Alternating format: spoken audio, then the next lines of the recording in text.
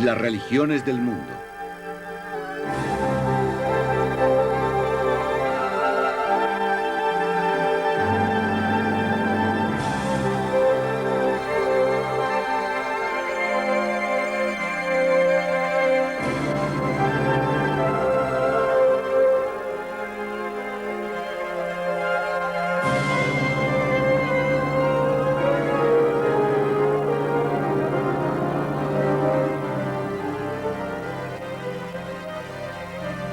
Las grandes civilizaciones que existieron durante el milenio anterior al nacimiento de Cristo sembraron las grandes religiones mundiales.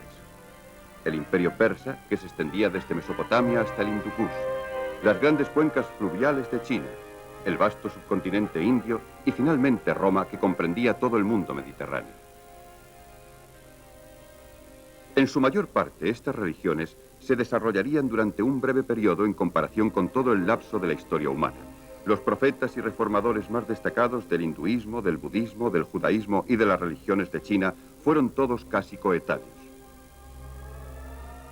Surgieron y cayeron vastos imperios, pero la influencia de estos hombres en las religiones sería definitiva. A pesar de las persecuciones, las grandes religiones mundiales han sobrevivido modelando nuestra forma de vida en educación, códigos morales y comportamiento y, paradójicamente, avivando en ocasiones las llamas de las conmociones políticas. Solo podemos especular sobre la causa de la aparición de las grandes religiones mundiales. Tal vez, a medida que crecían los imperios, abarcando no solo grandes áreas sino también muchos pueblos y costumbres diferentes, se hiciera patente la necesidad de unas creencias más universales que las que podían ofrecer los dioses tribales de los primeros tiempos. El hombre primitivo había creído que el mundo natural era el de los espíritus.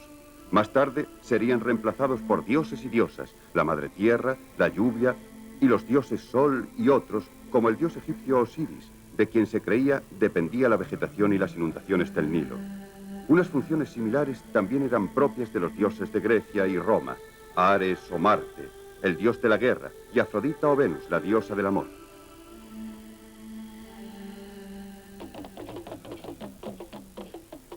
Las primeras religiones se limitaban a los cultos locales en pequeños grupos, adorando a sus propios dioses, tal y como algunas tribus continúan haciendo hoy en día.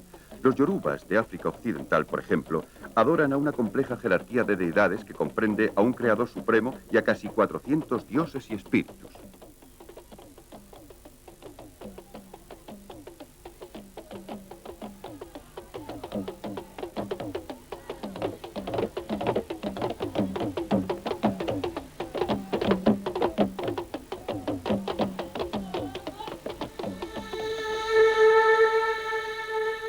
Las grandes religiones del mundo son diferentes.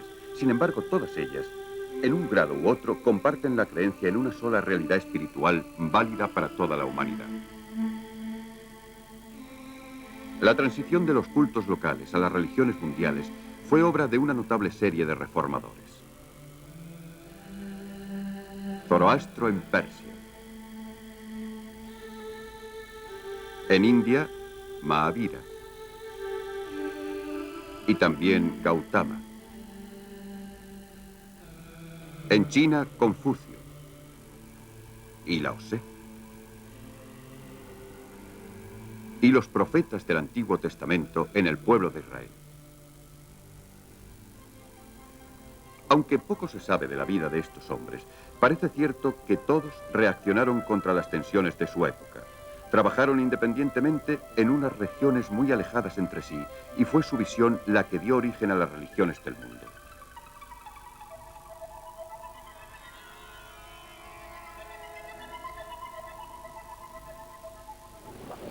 El hinduismo es la religión de 400 millones de hindúes. En una época tan remota como la de los Vedas, se realizaban procesiones y peregrinaciones a los ríos sagrados, y este aspecto del hinduismo aún sigue siendo importante en la actualidad. El río Ganges tiene una santidad especial. Las antiguas escrituras sagradas, los Vedas, se remontan a la llegada de los invasores arios al norte de la India. Sus creencias contenían las semillas de muchos de los sistemas posteriores del pensamiento religioso. Su énfasis en los sacrificios y en la noción de casta establecieron unos modelos sociales fundamentales que han continuado rigiendo la vida de la India durante 3000 años. Mahavira y Gautama Siddhartha, los reformadores del hinduismo, eran ambos nobles de nacimiento. Ambos se sentían alienados por el sufrimiento y las calamidades que veían a su alrededor y buscaron la pobreza y la vida piadosa abandonando sus riquezas y su posición social.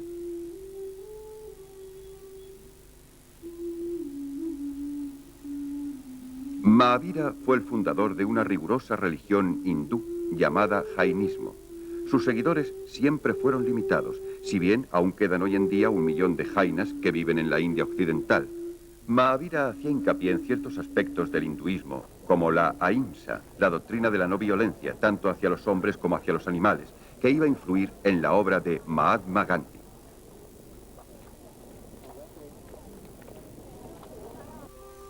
Los hindúes adoran a una serie de dioses, los más importantes de los cuales son Vishnu y el destructor y sanador Shiva. Vishnu tiene muchas encarnaciones, entre las que incluyen al héroe Rama,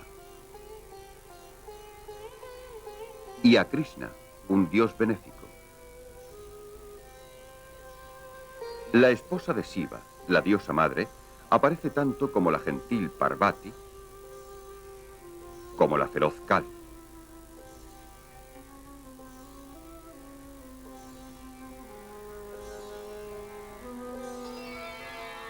La sociedad hindú está estrictamente dividida en clases sociales hereditarias o castas. Existe la creencia de que el sistema de castas debe su origen a los varnas, que representan una división cuádruple de la sociedad en clases. Estos, a su vez, deben su origen al cuerpo del creador Brahma. Así, los brahmanes, o clase sacerdotal y culta, a la boca de Brahma. Los kshatriyas, nobles y soldados, han nacido de sus brazos. Los vaishyas, agricultores y mercaderes, de sus muslos. Y los sudras, campesinos y obreros, de sus pies. Aquellos que se encuentran fuera del sistema de castas se conocen como los intocables. A través de una serie de reencarnaciones, un alma puede mejorar su posición dentro de una casta mediante unas acciones justas o karma. De este modo, conviven muchos cultos con prácticas ampliamente diferenciadas. Además de la adoración de un cierto número de dioses, el hinduismo ofrece varias aproximaciones a lo esencial mediante la disciplina física, el conocimiento, la devoción personal, buenas obras y una disciplina contemplativa. Siempre, más que una religión, es toda una forma de vida. La influencia de Gautama, nacido en el año 560 a.C. en el noreste de la India y conocido por la posteridad como Buda, o el Iluminado, se extendió mucho más que la de Mahavira. El budismo emergió dentro del contexto del hinduismo para convertirse posteriormente en una de las grandes religiones misioneras del mundo. Su peculiaridad consistía en que no se centraba en un dios, sino más bien sobre la liberación del sufrimiento y la consecución del nirvana, el estado que se alcanzaba cuando se extinguía la llama del deseo.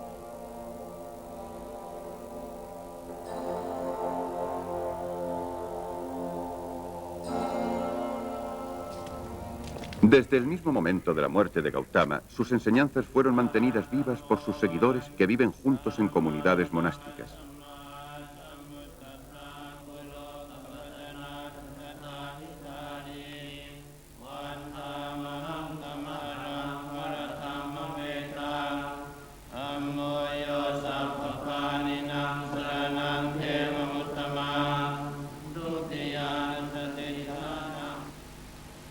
Pero fue la conversión hacia el año 257 a.C. de Asoka, el más grande de los emperadores Maurya, impulsado, como él mismo dijo, por el remordimiento ante las matanzas y desgracias que había ocasionado, lo que convirtió al budismo en una fuerza de primer orden. En edictos grabados en las rocas y en columnas diseminadas por toda la India, Asoka difundió las virtudes budistas de la compasión, la tolerancia y el respeto hacia toda forma de vida.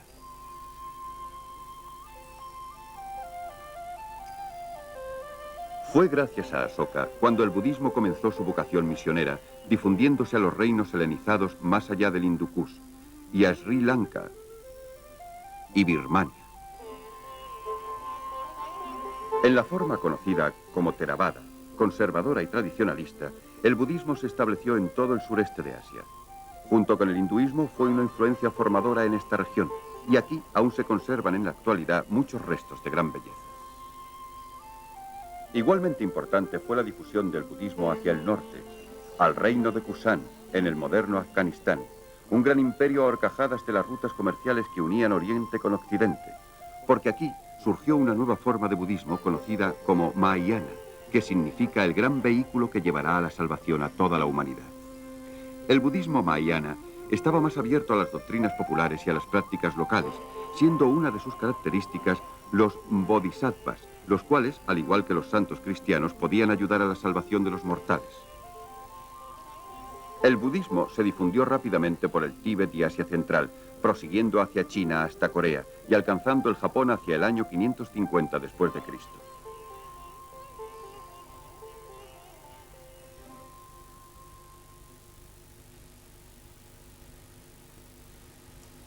En el Japón se desarrolló una síntesis de las dos religiones, el budismo y el espíritu tradicional shinto. En el núcleo del sintoísmo se halla la creencia en el poder misterioso de Kami, el poder sagrado, que puede reconocerse en cada momento en cada una de las cosas existentes.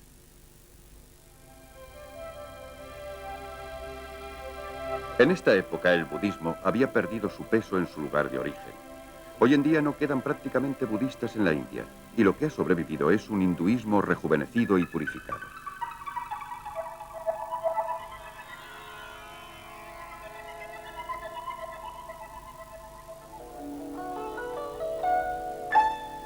El budismo realizó un progreso limitado en China, donde se hizo hincapié en los reyes del infierno, siendo cada uno de los reyes responsable del castigo de diferentes crímenes. Pero en China ya existían dos religiones muy arraigadas, el confucianismo y el taoísmo. Los primeros pueblos de China mantenían el culto a sus antepasados y adoraban a los espíritus de la naturaleza. Confucius, o Confucio, nació en el año 551 a.C. No dudaba de la realidad del mundo espiritual, pero centraba su preocupación en la conducta del hombre. El confucianismo no era tanto una religión como un código ético preocupado por el decoro de las relaciones humanas basadas en el amor y el respeto hacia el prójimo. Viviendo en la época en que el imperio Chu comenzaba a desintegrarse, las reacciones de Confucio surgieron a partir de su preocupación por los desórdenes y las injusticias de su tiempo. En el siglo II a.C., el confucianismo fue declarado dogma oficial del imperio Qin y permaneció vigente hasta la caída de la dinastía Manchú, más de 2000 años después, en 1911. Pero siempre fue un código de la clase media y superior, con un atractivo popular limitado. Demasiadas cosas habían quedado fuera, los misterios de la naturaleza, las profundidades de las pasiones humanas, y esta laguna fue colmada por la tercera religión china, el taoísmo. Esta se basaba en un libro, el Tao Te Ching, en el cual la esencia del Tao, o el camino, es la expresada en parábolas y metáforas. Este libro es atribuido a la vaga figura de Lao Tse. Se instaba al hombre a vivir en armonía con el Tao, y el Tao Te Ching hace hincapié en la humildad y en la pasividad.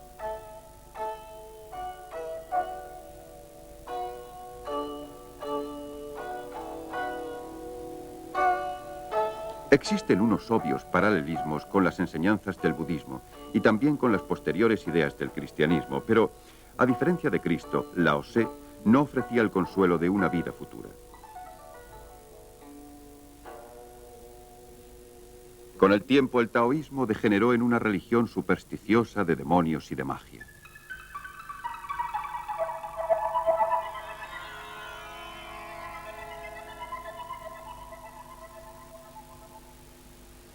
Antes se creía que Zoroastro, o Zaratustra, como también se le conoce en ocasiones, había vivido entre 600 y 500 años antes de Cristo, pero ahora se cree que podría haber vivido 1000 años antes. El zoroastrismo fue el primer credo rigurosamente intelectual de la historia y se convirtió en la religión del imperio persa. El mensaje de Zoroastro era excelso y abstracto.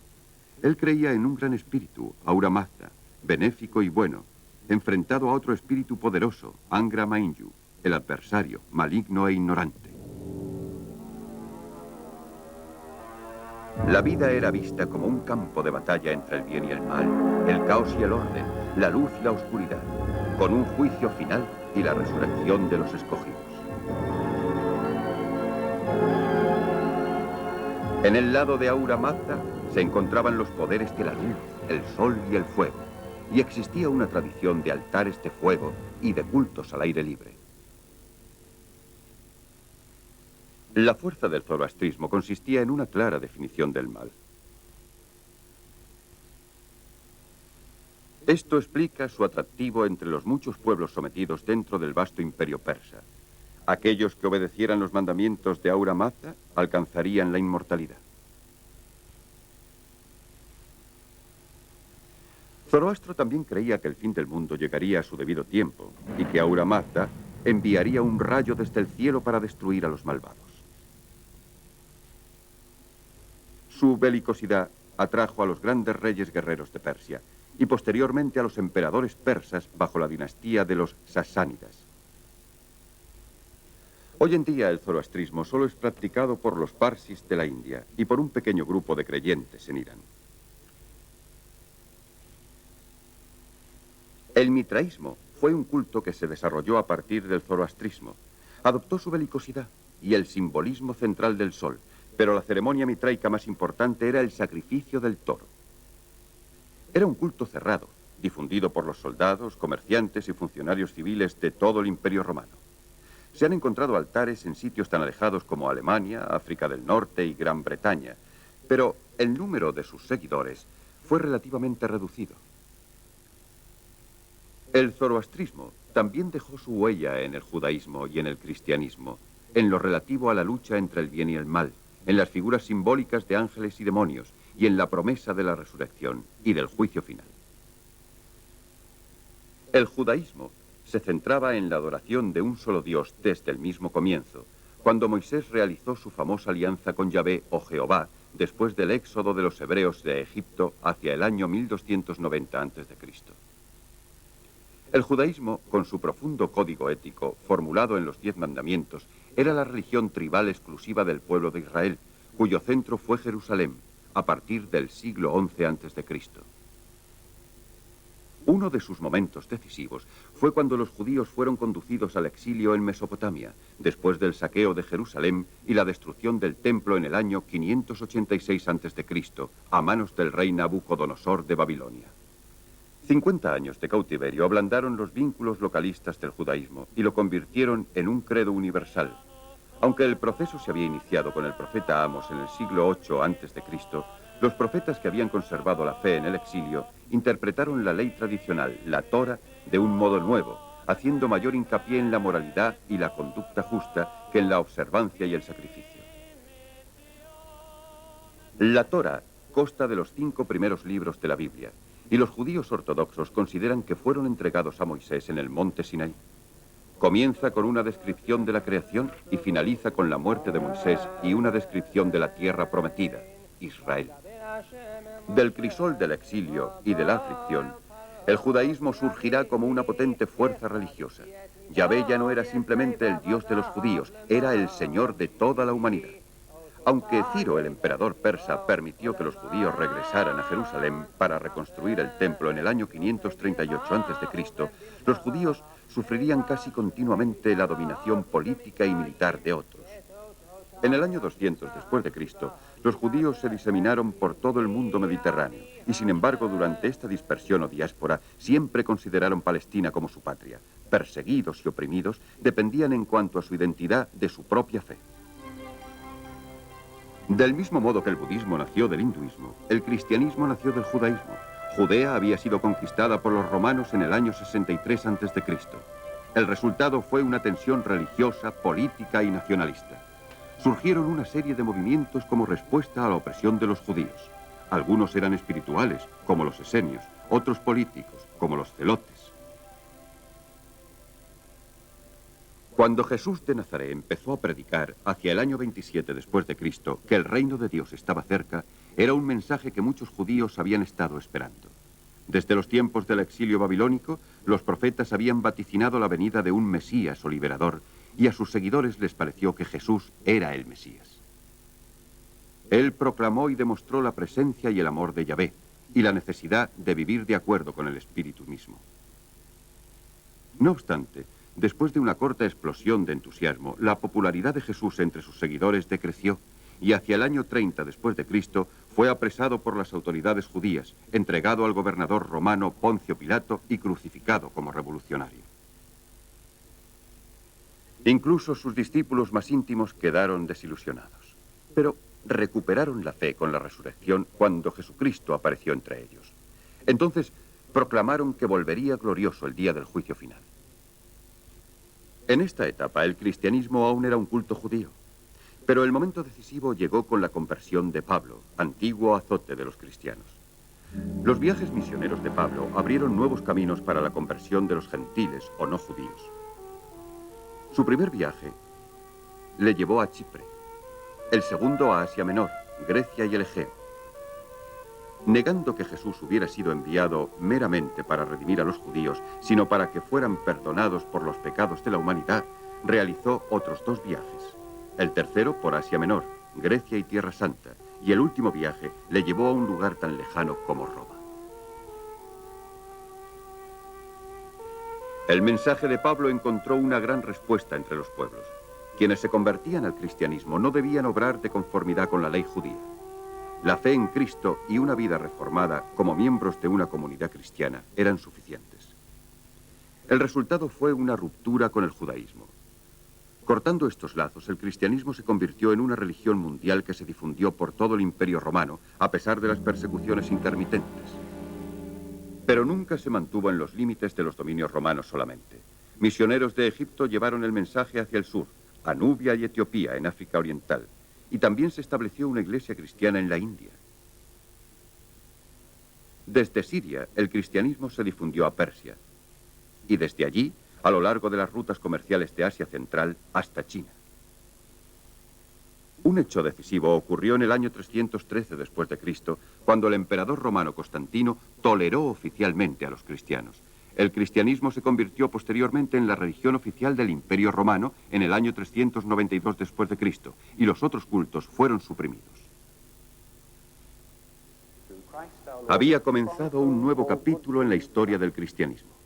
Lo que había empezado como la fe de unas gentes humildes se convirtió en una iglesia organizada, con una jerarquía elaborada, estrechamente vinculada con el Estado romano.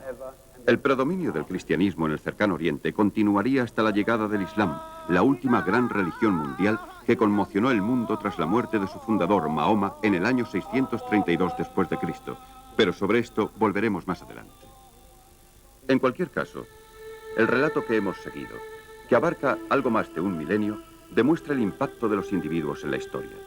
Todos, excepto tal vez Confucio, fueron hombres humildes, sin ambiciones personales, hombres que se esforzaron para convertir el mundo en un lugar mejor. Y lo más asombroso es la forma en que ha perdurado su obra. La influencia de esa generación de reformadores que vivieron entre los años 600 y 500 a.C. y la actividad misionera del budismo y del cristianismo revistieron una gran importancia para la historia del mundo. Regiones que hasta entonces se hallaban muy alejadas entraron en contacto, creando una nueva clase de hombres en el mundo, superando las barreras físicas o políticas.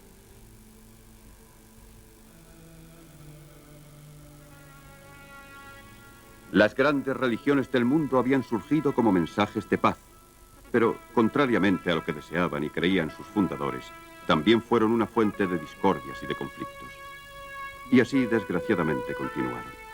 Existe una ironía en este hecho que tal vez deberíamos meditar.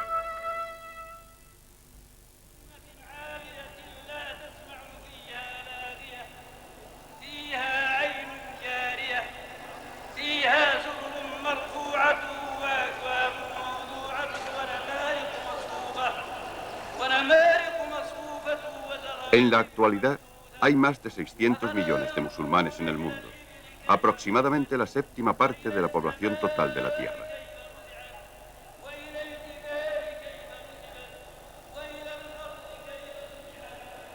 El mundo musulmán se extiende desde Marruecos, en Occidente, hasta Indonesia, en Oriente, al norte hasta la Siberia y al sur hasta Zanzíbar, con avanzadillas diseminadas por todo el mundo. Es la más reciente de las grandes religiones mundiales. El Islam. 600, 1200.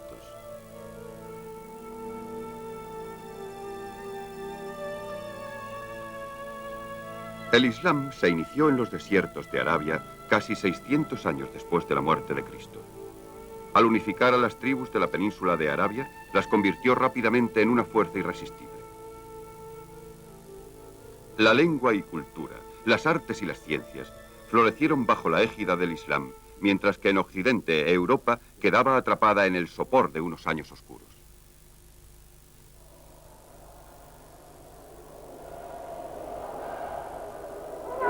Recientes acontecimientos demuestran que incluso hoy el poder magnético del Islam no ha disminuido.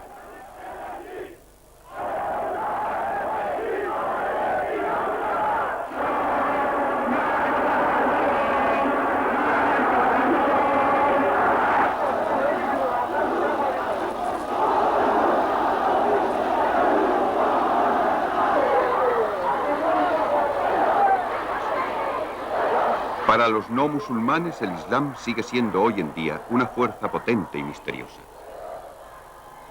¿Cómo comenzó y cuáles fueron las razones de su crecimiento en el siglo siguiente a la muerte de su fundador, Mahoma?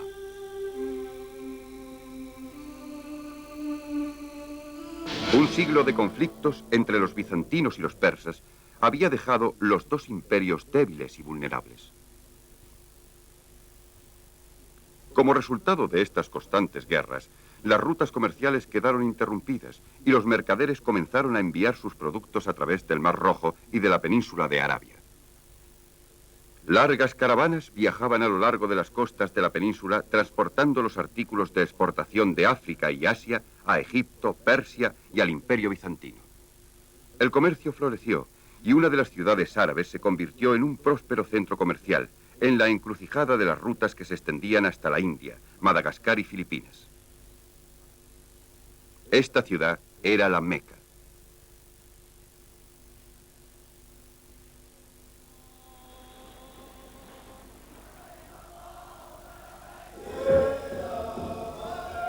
Hoy en día, la Meca es la ciudad santa del Islam y todos los años, en la gran peregrinación anual o Hajj, millones de musulmanes llegan de todos los rincones del globo para profesar su culto.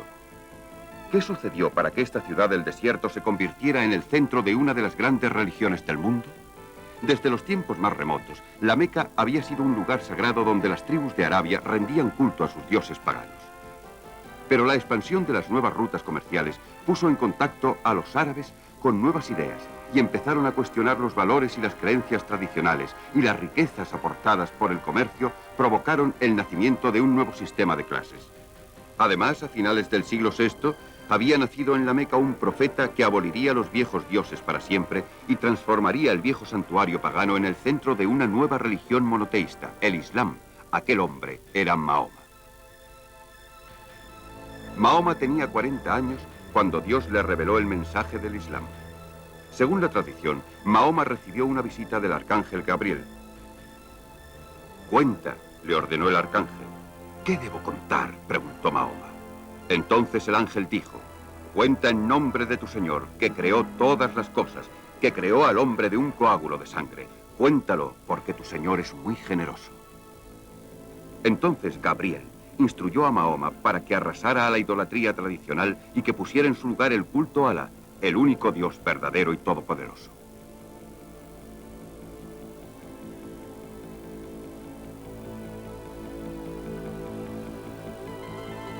Las revelaciones de Dios a Mahoma están escritas en las páginas del Corán, el libro sagrado del Islam. Este ejemplar se hizo en el siglo IX, en Kairouan. Las palabras del Corán son las palabras del mismo Dios.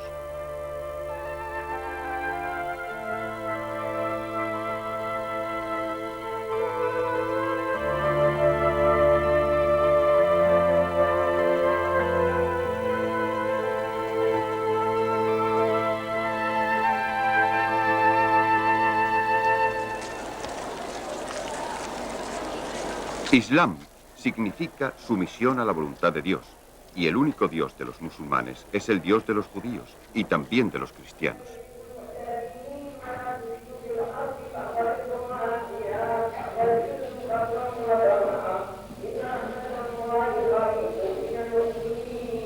Los musulmanes aceptan a algunos de los profetas del Antiguo Testamento, como a Abraham, Isaac, Moisés y Noé, aceptan el concepto del juicio final y reconocen a Cristo como profeta, aunque no como hijo de Dios.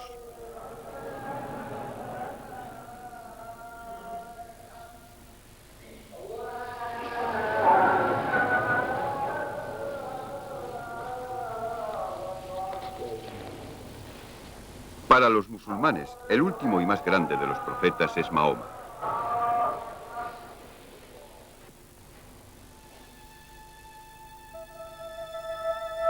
En la época de la revelación, no obstante, la mayoría de la gente de la Meca prefería a los viejos dioses. Mahoma se hizo muchos enemigos con su mensaje de sumisión al único Dios. El antiguo santuario, la Kaaba, que contenía más de 300 piedras sagradas, estatuas y otros objetos, era una gran atracción. Muchos mercaderes confiaban para su prosperidad en la firme afluencia de peregrinos que venían a rendir culto. El resentimiento contra Mahoma fue en aumento y él y sus seguidores sufrieron ataques y finalmente persecuciones.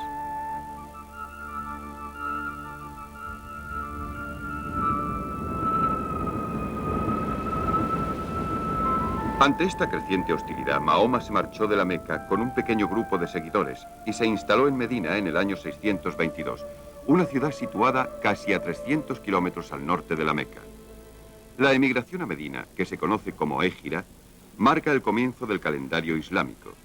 Aquí Mahoma y sus partidarios establecieron el primer estado musulmán y construyeron la primera mezquita en el lugar que ocupa actualmente la mezquita del profeta, donde está enterrado Mahoma.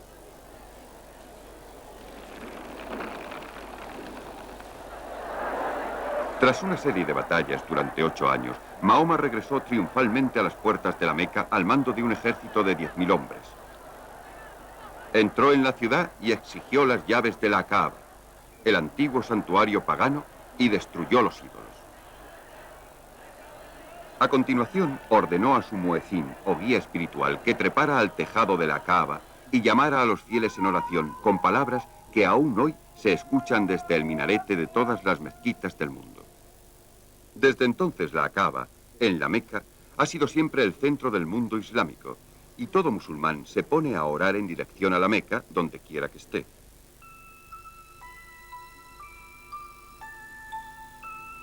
Como profeta, Mahoma era insólito.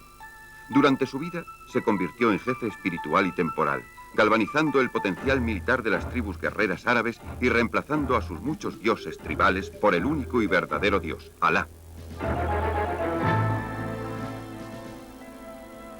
La combinación del poder temporal y espiritual facilitó un elemento de santidad a las conquistas, puesto que los territorios conquistados se convirtieron en parte de un imperio que era al tiempo religión y Estado. Mahoma murió en el año 632. Había creado un imperio con base en Medina que comprendía a Hejaz, Yemen y Omán. Su sucesor, Abu Bakr, el primer califa, prosiguió la conquista de toda la península de Arabia. Una vez unificada, los árabes avanzaron a velocidad vertiginosa. Bajo el segundo califa, Omar, se apoderaron de Siria, Egipto, el norte de África hasta Trípoli y Mesopotamia. Los califatos siguientes de Omán y Alí extendieron el dominio árabe a las montañas del Cáucaso en el norte y al antiplano iraní al este, conquistando definitivamente el imperio persa en el año 657. En todas estas hazañas militares solo tardaron 30 años.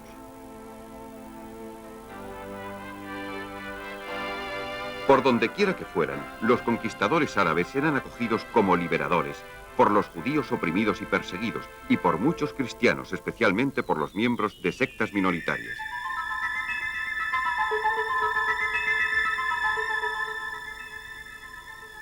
No obstante, las rivalidades que surgieron debido a la sucesión de Mahoma dieron lugar a una guerra civil.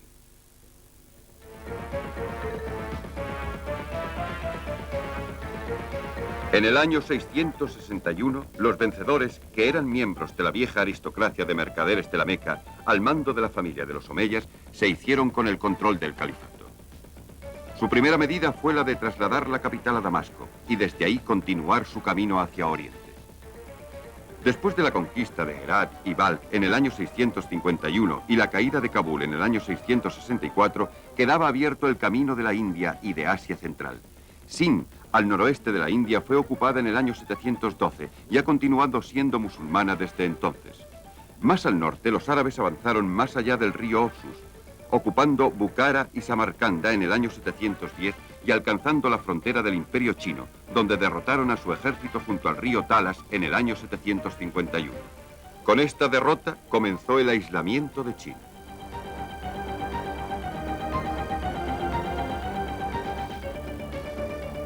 En esta época, el Islam también se había convertido ya en una potencia marítima al ocupar los astilleros de Alejandría.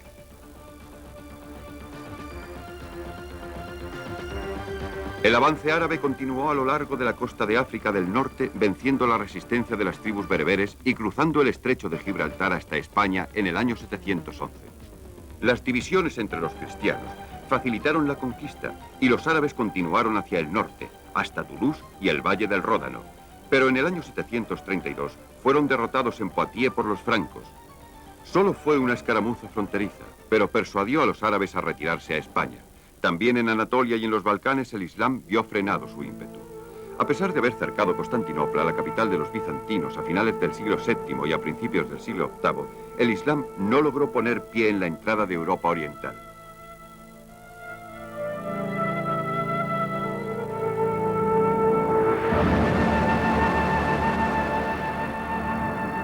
Pero esto no rebajó en absoluto sus inmensos avances. El corazón del imperio estaba seguro. El Islam, como religión, avanzaba, y los conversos se multiplicaban por todas partes. La acumulación de tantas provincias diferentes bajo un solo gobierno estimuló el comercio e inauguró un periodo de gran prosperidad. Sin embargo, el final de este periodo de expansión fue un momento crucial para el Islam.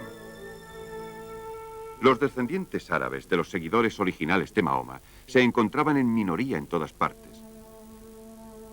Seguros dentro de sus ciudadelas y guarniciones como esta de Kairouan en Tunisia, vivían confortablemente gracias a los tributos que recaudaban de pueblos sometidos. No obstante, existía un descontento creciente entre los no árabes conversos al Islam, que habían sido excluidos de los privilegios de que disfrutaba la clase dominante. Un pequeño número de árabes, en su mayoría soldados y funcionarios, estaban prosperando gracias a la destreza y a la laboriosidad de millones de personas conquistadas, muchas de ellas herederas de culturas más antiguas y elevadas. Mahoma murió sin dejar ninguna indicación clara sobre la forma en que sus sucesores debían ser elegidos en el futuro. Trágicamente, se habían sembrado las semillas de un gran conflicto, el mismo que aún sigue dividiendo el mundo islámico hoy en día. Los sunitas, la mayoría, reivindican que la autoridad del profeta pasó a los califas, jefes de la comunidad. Los chiitas creen que la autoridad de Mahoma pasó a su primo y yerno Alí y a sus descendientes, los imanes.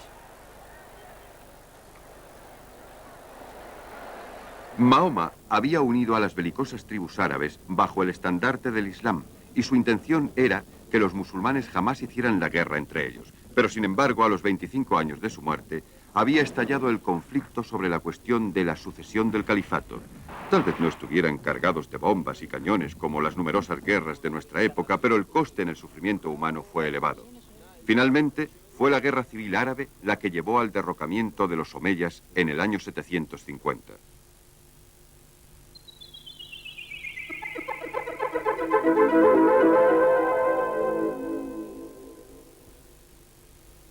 La toma del poder por la nueva dinastía de los abásidas trajo consigo importantes cambios en el imperio. La capital fue trasladada desde Damasco, en Siria, a Irak, donde el segundo califa abásida, Al-Mansur, ordenó la construcción de una magnífica y nueva ciudad en Bagdad. El cambio de capital anunció el fin del dominio del Islam por parte de los árabes, ya que el poder y la influencia pasó gradualmente de manos de la minoría árabe conquistadora a las de millones de musulmanes no árabes. Una multitud de naciones y razas vivía bajo una cultura común islámica, unida junto con los árabes por su creencia en Alá y en su profeta Mahoma. A lo largo de todo el imperio, el árabe era el idioma universal. Bajo los califas abásidas se produjo un gran florecimiento del arte y de la cultura islámica. En el siglo IX, el califa Al-Mamun, cuyos baños aquí vemos, estableció una casa de la ciencia en Bagdad. Aquí los alumnos estudiaban álgebra y astronomía. Las obras de Euclides, Galeno y Aristóteles fueron traducidas del griego al árabe, conservando así una buena parte de la gran herencia de los clásicos. Sin embargo, a mediados del siglo IX, la unidad del imperio empezó a resquebrajarse. Durante los 150 años siguientes, los califas de Bagdad solo fueron meras figuras decorativas. Se establecieron muchas dinastías locales y el gobierno de los abásidas entró en decadencia. Había dinastías separadas. En Marruecos, los idrísidas. En Tunisia, los aclávidas. En Egipto, los tulúnidas, precursores de los fatimitas. En el Yemen, los zaidis. Más allá, los samánidas. Y en Afganistán, los ghaznavidas, que fundaron un reino muy extenso en el norte de la India.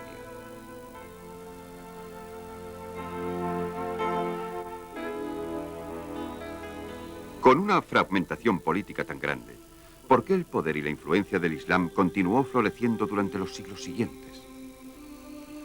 Buena parte de la respuesta debe encontrarse en su tolerancia religiosa, un principio santificado por el Corán. El Islam no insistió en la conversión y protegió a los llamados pueblos del libro, los cristianos, los judíos y los zoroastrianos persas. Un hecho que explica la subsistencia de cristianos y hasta hace poco de comunidades judías en muchas partes del mundo árabe. Y así, durante los siglos X, XI y XII, bajo el patrocinio de los ricos y los poderosos, los arquitectos, artistas y eruditos nos han legado un magnífico testamento de la habilidad y supervivencia del arte y de la cultura islámicos.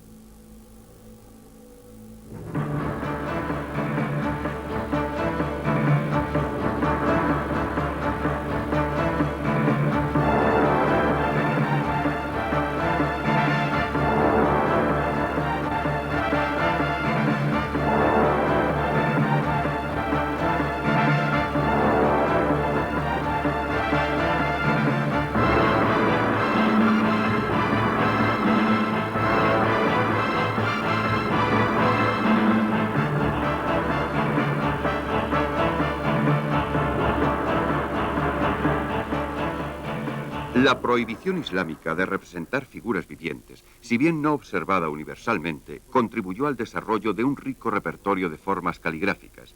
Estas fueron utilizadas en la decoración de textos religiosos y también encontraron expresión arquitectónica en palacios y mezquitas ricamente decorados.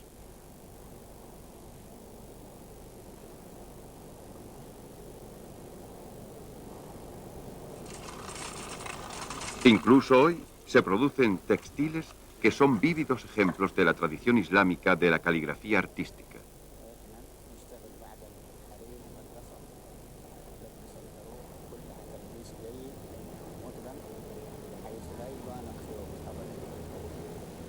Este aguamanil de principios del siglo XIII fue fabricado en Persia. Se utilizaban ricos colores no solo para las telas, sino también para la cerámica, cristalería y en la decoración de viviendas y mezquitas. Este llamativo uso del color contrarrestaba el árido paisaje del desierto de que se componía gran parte del imperio islámico. A medida que los árabes perdían su afán de guerra y de conquista, el papel de defensores del imperio pasó a los turcos seleucidas. Estos feroces guerreros de Asia Central se apoderaron de Bagdad en el año 1055 y dominaron rápidamente la totalidad de la mitad oriental del mundo islámico, a excepción de la península de Arabia y de la India. En 1071 los ejércitos seleucidas derrotaron a los bizantinos en la batalla de Manzikert. Luego prosiguieron su avance hasta ocupar la mayor parte de Anatolia y de Asia Menor, a la que convirtieron en una provincia seleucida. La supremacía de los seleucidas en todas las tierras del Mediterráneo oriental hacía imposibles las peregrinaciones a los santos lugares de la cristiandad. Las tentativas de los cruzados de Europa occidental en los siglos XI y XII para reconquistar el control de los sagrados lugares llevaron a la creación de una serie de pequeños estados cruzados en Palestina y en Siria. Pero en 1187 estos fueron virtualmente aniquilados por los ejércitos islámicos de los ayúbidas al mando de Saladino. La fe islámica continuó difundiéndose por todo el mundo durante los 3 siglos siguientes. En Oriente, los comerciantes y los misioneros la llevaron a Indonesia y a la península de Malaca, y a continuación a Sumatra, Malasia, Sri Lanka y a las islas Lacadivas y Maldivas. En África, los comerciantes musulmanes viajaron por las grandes rutas de las caravanas cruzando el Sahara hasta el reino de Mali, ya desde el año 1350, y posteriormente a los estados hausas en lo que hoy es Nigeria. Su arquitectura y decoración son uno de los productos más impresionantes de su cultura. Las grandes mezquitas y mausoleos que fueron construidos a lo largo y a lo ancho del mundo islámico, como la mezquita de Gur Emir en Samarcanda y la bóveda de la Roca en Jerusalén, permanecen como magníficos testamentos de la destreza islámica.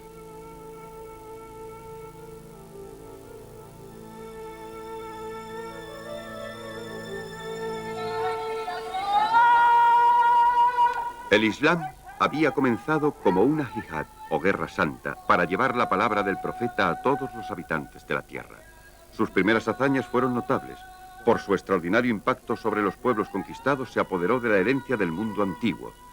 La transmisión de la cultura griega se efectuó desde Alejandría y otros centros de cultura clásica. Pero dice mucho en favor de los califas abásidas el hecho de que patrocinaran este proceso. Es uno de los hitos que han dejado en la historia.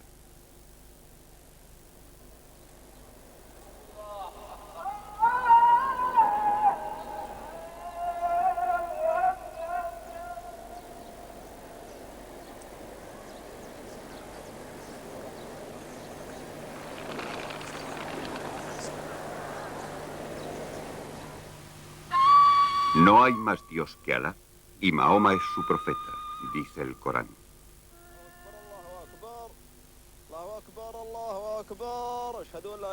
Desde su cuna en Arabia, el Islam se convirtió en una de las grandes civilizaciones del mundo. Como puente entre los siglos, fue un importante eslabón entre el mundo clásico y el Renacimiento europeo. Los estudiosos cristianos acudieron a la España musulmana a copiar los tratados científicos y a transcribir los textos de Aristóteles y de sus intérpretes musulmanes. El renacimiento del pensamiento occidental y el nacimiento de las universidades europeas en los siglos XII y XIII deben mucho al legado intelectual del poderoso imperio, fundado 14 siglos antes por el último de los grandes profetas de Dios, Mahoma.